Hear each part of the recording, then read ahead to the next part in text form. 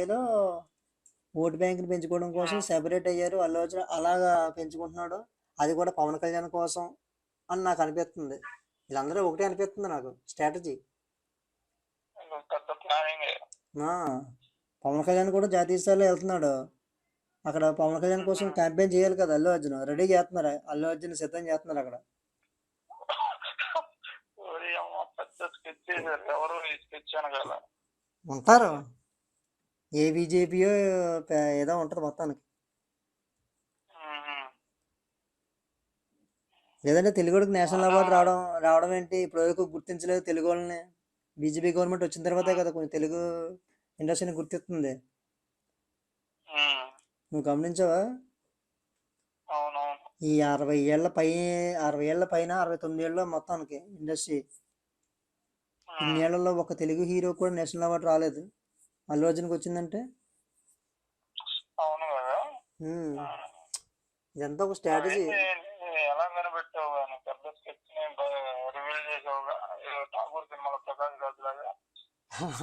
ఏమో నాకు, లేదంటే అది నిజం.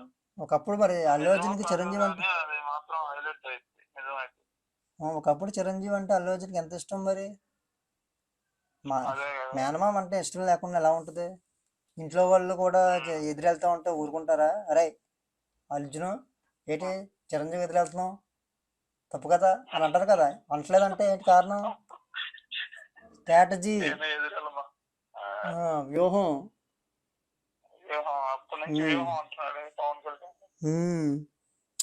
దీని వెనక పవన్ కళ్యాణ్ ఉంటాడు, పవన్ కళ్యాణ్ వెనక వేరే ఉంటాయి, బీజేపీ ఉంటాయి. మొత్తం ఇదంతా ఏంటంటే దేశం కోసమే. మళ్ళీ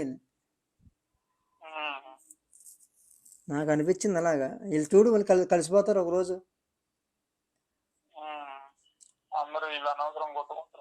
ఈ రాష్ట్ర ఎన్నికల కోసం కాదు, దేశ భవిష్యత్తు కోసం, రాష్ట్ర భవిష్యత్తు కోసం కాదు.